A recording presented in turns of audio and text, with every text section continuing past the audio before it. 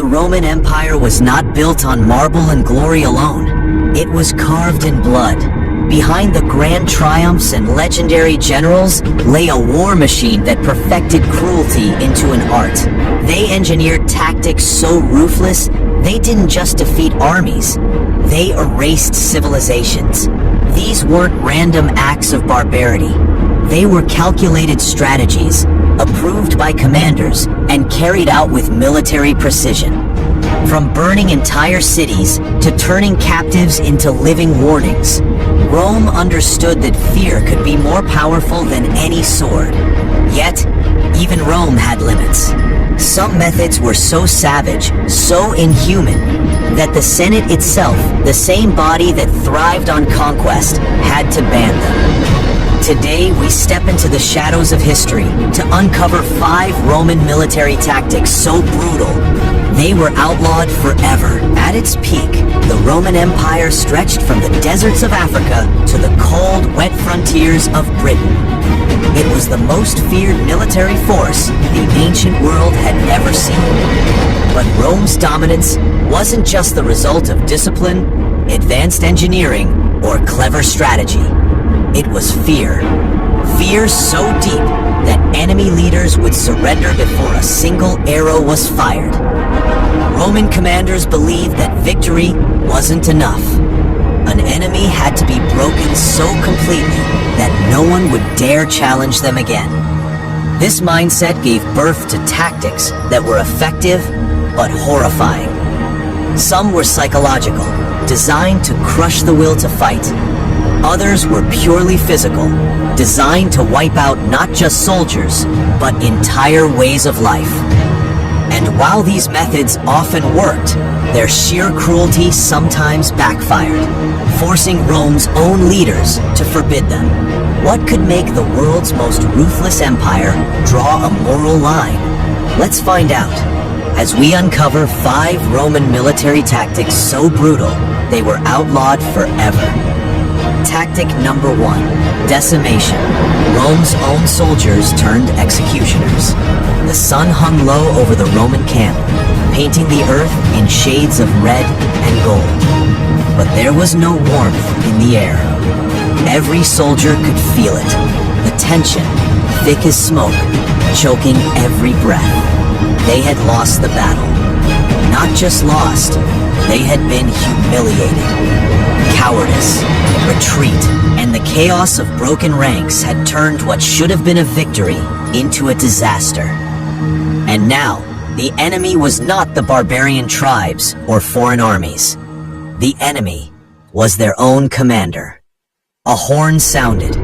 Slowly, the legion assembled in the central clearing, forming a massive rectangle of men. Shields strapped to their backs, eyes lowered, hands trembling slightly. They had all heard the whispers. They knew what was coming. The commander, man as cold as the steel of his voice was calm, almost quiet, but each word carried like the crack of a whip. The honor of Rome has been stained. Cowardice is a disease, and like any disease, it must be cut out. This was decimation. Decimation. Perhaps the most feared punishment in the Roman military. The rules were cruelly simple. When a unit was guilty of desertion, mutiny, or gross cowardice, 1 man in every 10 would be executed. Not by the enemy, not by the executioner, but by his own brothers in arms. The lottery of death. The soldiers were divided into groups of 10. Each group was handed a bundle of sticks, one of which was marked. They drew in silence. A man's hand would tremble as he pulled a stick. If it was marked, his face would go pale. His fate was sealed. Some wept.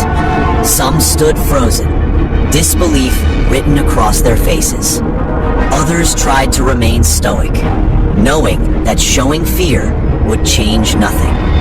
And then came the second cruelty, the method of execution. No swords, no quick deaths. The 9 surviving soldiers in each group were ordered to beat the condemned man to death using clubs or stones. It was slow, it was ugly, and it was meant to be. Why Rome did this, decimation, was not just punishment. It was psychological warfare turned inward. The Romans believed fear could be a stronger motivator than loyalty. A soldier might hesitate to charge into a hopeless fight, but if the alternative was being beaten to death by the men who marched beside him, hesitation became unthinkable. It was rare, precisely because of how devastating it could be to morale. But when used, it sent a shockwave through the army. Word would spread to other legions. Rome does not forgive weakness.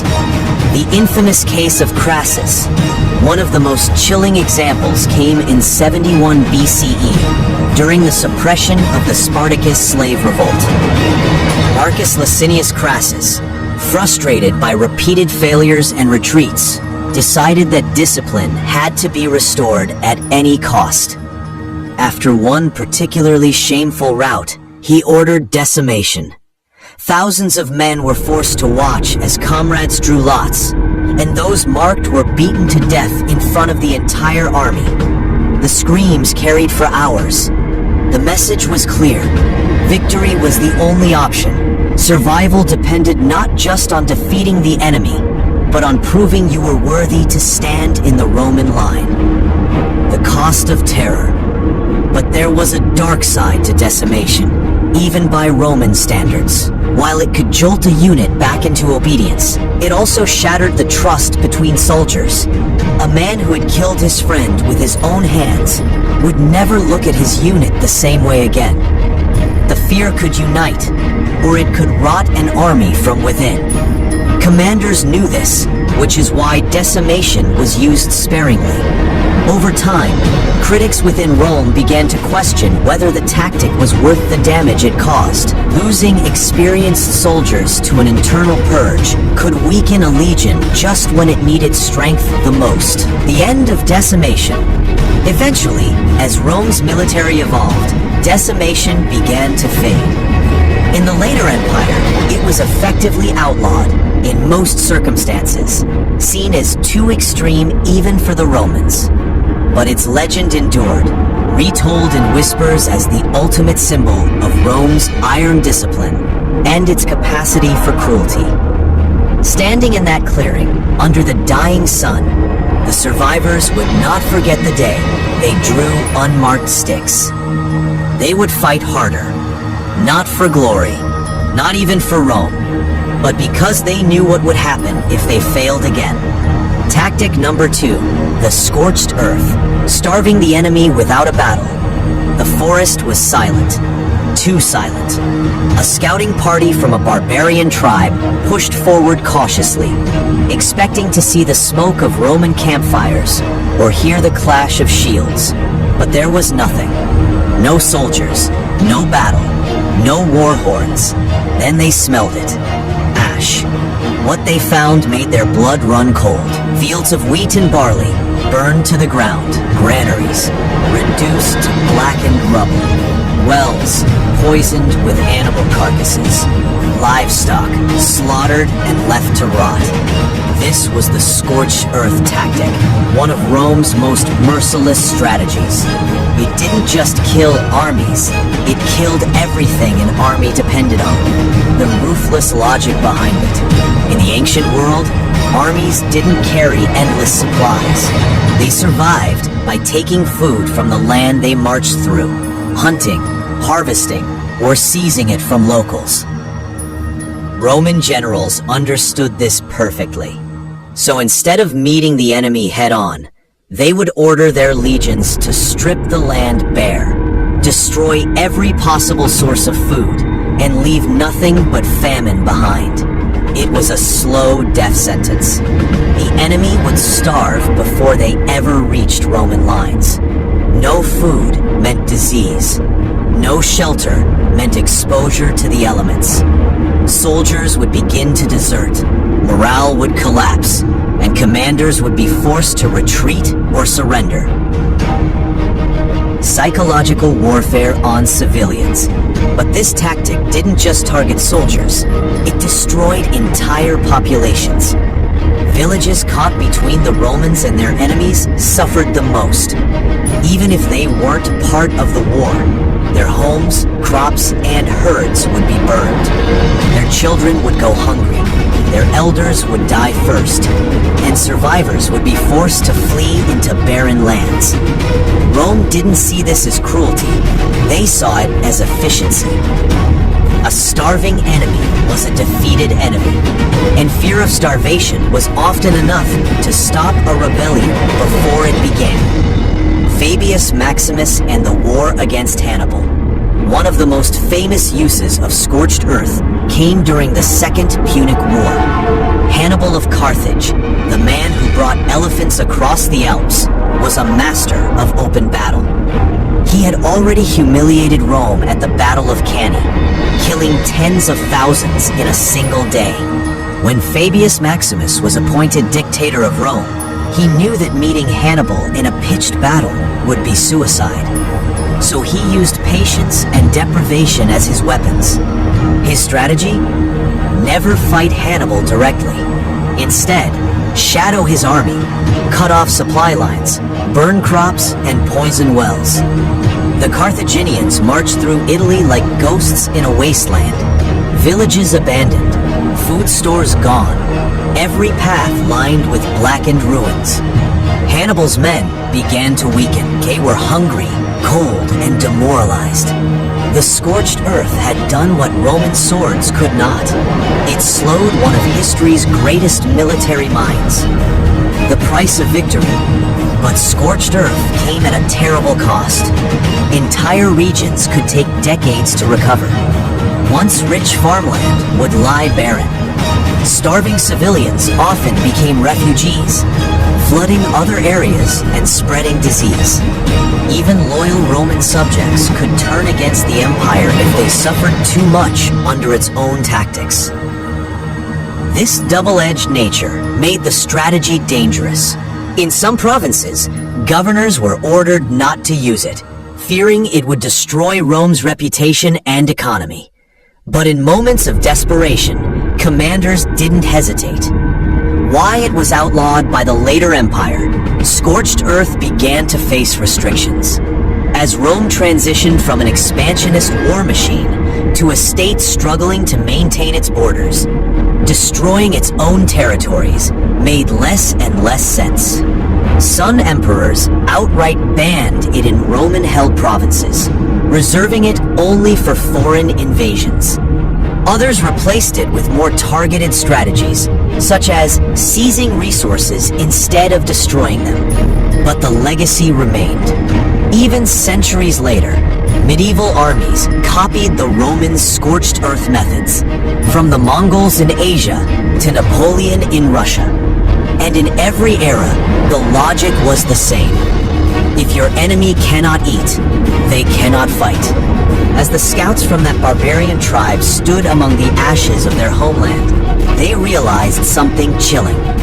Rome hadn't just beaten them. Rome had erased their very ability to survive.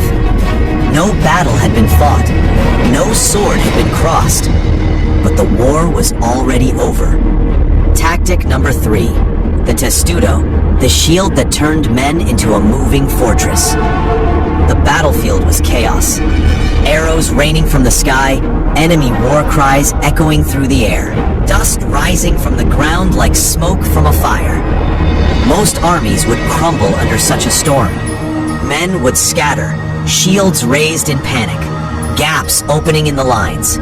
But the Romans, they didn't scatter. They closed ranks. With a barked order, the legionaries locked their shields together in front, above, and to the sides, forming an impenetrable shell. From above, it looked like a giant tortoise crawling slowly across the battlefield. This was the testudo formation, Latin for tortoise, one of Rome's most famous and feared. The perfect defense. The testudo was a masterpiece of discipline.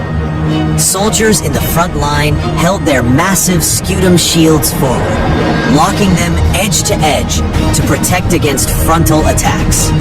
The men in the middle raised their shields overhead, creating a roof. Those on the sides angled their shields outward to protect the flanks. Inside the formation, the soldiers were safe from almost anything. Arrows, stones, javelins, even boiling oil. The enemy could see them, but they couldn't touch them. Slowly, inevitably, this armored wall would advance, step by step, toward the enemy position. To break it, you didn't just need weapons. You needed to break the discipline of every man inside it. The siege killer. The testudo was devastating in sieges. Imagine standing on a city wall, looking down at the Romans. You launch arrows, sling stones, pour down burning tar, but they keep coming. Your missiles bounce harmlessly off their shields. You see no faces, no fear, just a creeping, silent wall of wood and iron. And when they reach the base of the wall, that's when the real terror begins. Under the cover of the testudo, Roman engineers would set ladders, battering rams, and siege towers in place. By the time the defenders realized the danger, the Romans were already climbing the walls or smashing the gates. Strength in unity. And the cost of mistakes. The beauty of the testudo was also its greatest weakness. It depended entirely on discipline. If even one soldier lost his nerve and broke formation, a gap would appear. Arrows or spears could pour in, and panic could spread like wildfire. That's why this formation was only possible for armies like Rome's, professional, drilled, and relentlessly trained. The average legionary could hold his shield in position for hours, shoulder to shoulder with his comrades, trusting that the man beside him would never falter. When the testudo became brutal, while the testudo itself was a defensive masterpiece, it could also be used offensively in ways that shocked Rome's enemies. Once they reached enemy lines, the wall of shields would break open in perfect synchrony, unleashing a flood of Roman soldiers in close formation, swords flashing, stabbing in short, deadly thrusts. The psychological effect was enormous. To the enemy, it felt like the Romans had appeared out of nowhere. One moment a wall, the next moment a storm of steel. Why it was eventually restricted. So why would such an effective tactic be outlawed or limited? The answer lies in its overuse. The testudo was so effective in sieges that some commanders began to use it against civilian uprisings, and even in political conflicts within Rome itself. Marching through city streets in testudo, soldiers could advance against crowds without fear, crushing resistance with impunity. It turned a military formation into a tool of political intimidation. Eventually, laws and military codes were introduced to limit the use of certain siege tactics, including the testudo, against Roman citizens. The empire could not afford for its own people to see the army as an unstoppable machine of oppression. The legacy. Even after its restrictions, the testudo remained a symbol of Roman discipline. Centuries later, medieval armies and even modern riot police would adapt its principles for protection against projectiles. But in its prime, there was nothing like it. A moving fortress of men and shields, advancing without fear, breaking enemy morale before the first sword strike. For those who faced it, the memory was unforgettable. A dark wall, creeping closer. The sound of boots on earth, shields locking tight. The knowledge that nothing you could throw would stop it. And the dread of what would happen when it finally reached you. Tactic number 4, psychological warfare, turning fear into a weapon. The enemy camp was restless. It was night, but no one could sleep. Somewhere out in the darkness, horns were blowing, long, drawn-out notes that seemed to echo forever. Drums pounded in strange rhythms, never stopping, like the heartbeat of some giant beast. Torches flickered on distant hills, moving in patterns that made no sense. And then, silence. Moments later, a scream, not from an attack, but from a single soldier in the enemy's own camp. He was clawing at his face, babbling about visions in the shadows. Panic spread before a single Roman soldier had even set foot inside. This was psychological warfare, Rome's invisible weapon. While other armies relied on brute force, the Romans understood that fear could defeat an enemy before the first blow was struck. They perfected techniques to wear down the mind, to make soldiers doubt themselves, their leaders, and even their gods.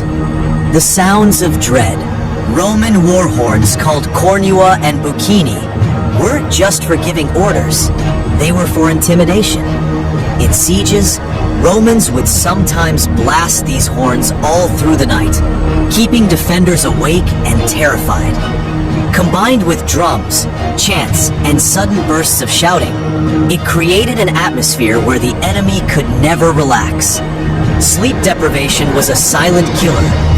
By the time the actual attack came, the defenders were exhausted, jumpy, and far more likely to break ranks. The art of the false army. Another favorite Roman trick was deception through spectacle. They would light far more campfires than their numbers required, making their army seem twice as large. They would march and countermarch in view of the enemy, reusing the same units to create the illusion of endless reinforcements. Against inexperienced opponents, this could cause entire armies to surrender without a fight. After all, why risk being crushed by a force that seemed too big to defend? Cultural manipulation. Rome was a master at exploiting the beliefs of its enemies. If a culture feared certain omens, the Romans would create those omens on purpose. They might release animals considered bad luck into enemy territory, or spread rumors of curses, plagues, or divine punishment. During campaigns in the East, they even used captured enemy priests to spread false prophecies, predicting doom for anyone who opposed Rome. To a superstitious army, this could be as deadly as any sword. The Siege of Jerusalem, 70 CE, one of the most infamous examples of Roman psychological warfare, came during the Siege of Jerusalem. The city was heavily fortified and defended by determined rebels. A direct assault would have been costly, so the Romans combined traditional siege tactics with relentless psychological pressure. They encircled the city completely, cutting off food and water, while staging mock assaults at irregular intervals. Never enough to commit to a full battle, but always enough to keep defenders on edge. At night, they used noise, firelight, and the occasional sudden skirmish to make sure no one inside could rest. Hunger, exhaustion, and fear did the work swords could not. When the final attack came, Jerusalem was already broken from within. The thin line between tactic and atrocity. While psychological warfare was highly effective, it often crossed into outright cruelty. Entire civilian populations could be terrorized into submission. Cities might surrender just to stop the relentless mental torment, only to be plundered anyway. Eventually, certain forms of psychological warfare were restricted by Roman law, especially against fellow Roman citizens. The empire feared that if such tactics were turned inward, they could destabilize cities and provinces. Why it worked so well? Humans can face pain, injury, and hardship if they can prepare for it. But fear thrives in uncertainty. The Romans understood this better than most. By controlling what the enemy thought was happening, by feeding them dread in measured doses, they could shape the outcome of a battle before it began. The legacy. Long after Rome's fall, generals studied their use of psychological warfare. From Genghis Khan to modern military strategists, the lesson remained the same. The mind is the first battlefield. If you can make your enemy afraid, you've already won. Tactic number 5. The no-quarter order. Mercy forbidden. The sun was setting over the battlefield, but the killing hadn't stopped. Normally, by this time, a commander would call for quarter, a signal that surviving enemies could surrender and be spared. But not today. Today, the order had been given. No quarter, no prisoners, no mercy. Every enemy soldier was to be hunted down and killed, even if they dropped their weapons, even if they begged for their lives. This was one of the most feared commands in the Roman arsenal. Not a formation, not a weapon, but a policy. And when it was given, it turned a battle into a massacre. Why Rome used it? The no-quarter order wasn't given lightly. It was usually reserved for enemies who had defied Rome repeatedly, broken treaties, or committed acts considered dishonorable, such as killing Roman envoys. It was also a weapon of terror, meant to send a clear message: oppose Rome and you will be erased. In a world where surrender was often the only way to save your life, removing that option broke the enemy's spirit before the fight even began. Soldiers knew they had no way out. No negotiation, no deal. The only choices were victory or death. The Siege of Carthage, Third Punic War, 146 BCE. One of the most infamous uses of no quarter came at the end of the Third Punic War.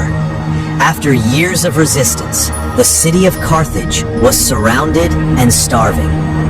Many thought the Romans would accept their surrender, but the Senate had already decided Carthage must be destroyed. When the final assault began, the Romans fought their way street by street. Civilians and soldiers alike were cut down. There was no difference between combatant and non-combatant. The slaughter went on for days. When it was over, the survivors, perhaps 50,000 out of hundreds of thousands, were sold into slavery, and the city itself was burned to the ground. The shock factor, the brutality of the no-quarter order wasn't just about killing. It was about reputation. After word spread of such massacres, entire cities would surrender without resistance, rather than risk the same fate. Rome's enemies began to understand that sometimes surrender would not save them, which made rebellion a far more terrifying prospect. The downside, but no quarter was a double-edged sword. While it inspired fear, it also inspired hatred. Entire cultures remembered these massacres for generations. Survivors became lifelong enemies of Rome, joining future rebellions with nothing to lose. The policy could also damage Rome's image among its allies. Some allies began to wonder, if Rome could do this to Carthage, what was stopping them from doing it to anyone? Why it was eventually restricted? Over time, Roman leaders realized that mercy could be more profitable than annihilation. Taking prisoners meant ransoms, slave labor, and political leverage. Killing everyone meant burning bridges and potential tax revenue.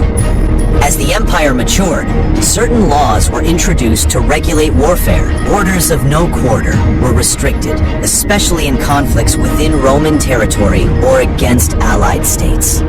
The practice never disappeared entirely, but its use became rarer, often limited to extreme cases. The human cost. Imagine being a soldier on the winning side, hearing the no quarter order. At first, you might feel empowered. No hesitation, no rules. But as the day wears on, as you cut down unarmed men and terrified civilians, something begins to shift inside you. Some soldiers became hardened, numb to the horror. Others carried the memory for life, haunted by the screams and faces of those they killed when they didn't have to. Rome's enemies feared the order, but many Roman soldiers feared what it did to them. The legacy. The concept of no quarter survived long after Rome. Medieval armies used it. Pirates used it. Even in the modern era, refusing quarter has been a controversial and often illegal act of war. But in the days of the Roman Empire, it was still seen as a legitimate tool of statecraft, and for those who faced it, there was no worse fate. The moment that order was given, the battle was no longer about victory. It was about survival. And for the enemy, survival was no longer on the table. Outro: Rome's shadow. The Roman Empire is often remembered for its architecture, its laws, its roads that still cut across Europe 2,000 years later. People imagine marble columns, golden laurel wreaths, and the grandeur of the Colosseum. But empires are not built on beauty alone. They are built on power. And power often hides its ugliest tools behind the pages of history. The 5 tactics you've just heard were not the product of barbarian tribes or lawless raiders. They were the creations of one of the most organized, disciplined, and civilized states in the ancient world. And that is perhaps the most chilling truth of all. Rome's commanders understood something timeless, that fear can be as sharp as any sword, that hunger can kill more surely than steel, that discipline can demand the unthinkable, and that mercy, once removed, can turn a battle into a graveyard. For centuries, these methods brought victory after victory. Rome expanded, absorbed, and ruled over millions. But tactics that create fear also plant seeds of hatred. And hatred, like empire, grows. Eventually, Rome fell. Not in a single day, but over generations, eroded by enemies from outside and corruption from within. The same ruthless efficiency that had built it had also made it enemies without number. Today, historians study these outlawed tactics with fascination and unease. Because while the Roman Empire is gone, the logic behind these methods is not. You can still see echoes of them in warfare, in politics, even in business. The tools change. The principle remains. So the next time you hear about the glory of Rome, remember the other side of that story. The side built not on marble, but on ash, blood, and the sound of marching feet in the dark.